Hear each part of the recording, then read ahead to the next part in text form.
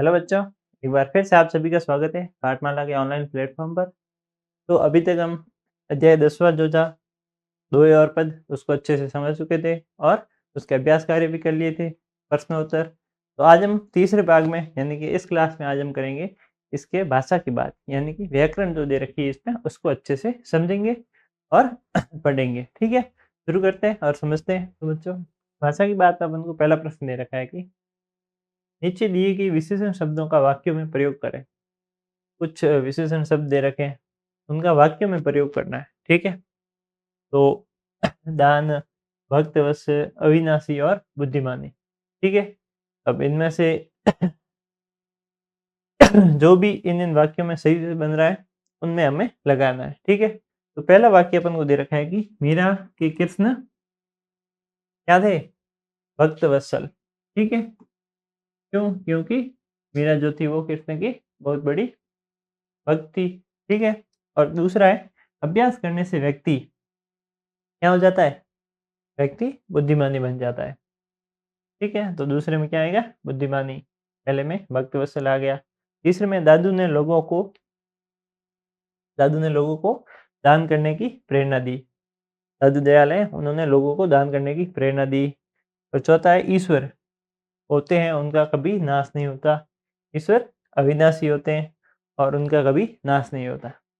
ठीक है, इस प्रकार से हमने जो विशेषण शब्द थे उनको वाक्य में सही से प्रयोग किया। अगला प्रश्न अपन को दे रखा है कि नीचे दिए गए शब्दों को सही क्रम में लगाकर वाक्य बनाइए। अब कुछ शब्द दे रखे हैं अपन को, इनको सही क्रम में जमाना है और एक सही सा वाक्य इनके ऊपर बनाना है। तो पहला दे रखा है कि अभ्यास सफलता निरंतर दिलाता है। ठीक है, तो पहले का क्या हो गया कि निरंतर अभ्यास सफलता दिलाता है। और दूसरा क्या है? सबको करना चाहिए भला। तो क्या हो गया? सबको भला करना चाहिए। और तीसरा है कि कृष्ण मीरा आराध्या को मानती थी। इस प्रकार शब्द दे रखे हैं और इसका क्या होगा कि मीरा कृष्ण को आराध्या मानती थी। चौथा है कि अभ्यास से बुद्धिमान जड़मति बनता है। यानी कि इसका सही क्या होगा कि अभ्यास से जड़मति बुद्धिमान बनता है। ठीक है, इस प्रकार से हमको ये सही क्रम में जमा के लिखने हैं। और अगला इसका क्या है कि कक्षा साथियों के साथ मिलकर विद्यालय की दीवार पत्रिका बनाओ जिस पर नीतिगत दोहे को सुंदर लेख या प्रदर्शित किया गया हो। ठीक है, यानी कि कक्षा साथियों के साथ मिलकर हमें विद्यालय की जो दीवार है, दीवार पत्रिका यानी कि भित्ति पत्रिका बनाओ जिस पर नीतिगत दोहे को सुंदर लेख में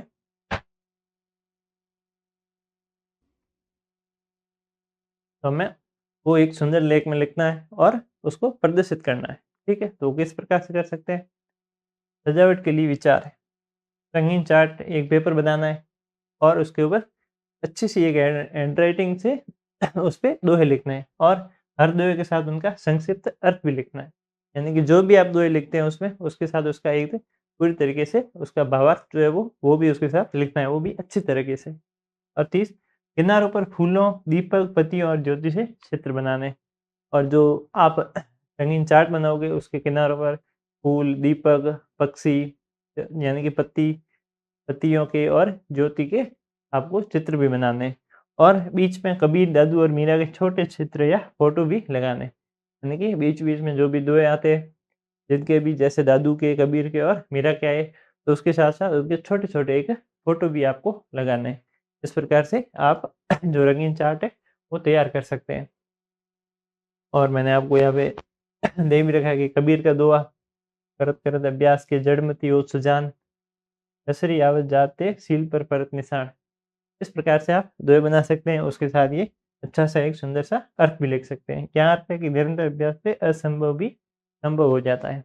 और दूसरा है दादू का दोहा कि दादू दिया है भला, दिया करो सब कोय, घर में धरा न पायो, पाइए जो कर दिया न होए। और जो देता है वही सच्चा सुखी होता है। ठीक है, इस प्रकार से अगला क्या है? आगे दे रखा है कि मीरा के पद बसो मेरे नैनन में नंदलाल और मोहनी मूरत सांवरी सूरत नैना बने विशाल। और मीरा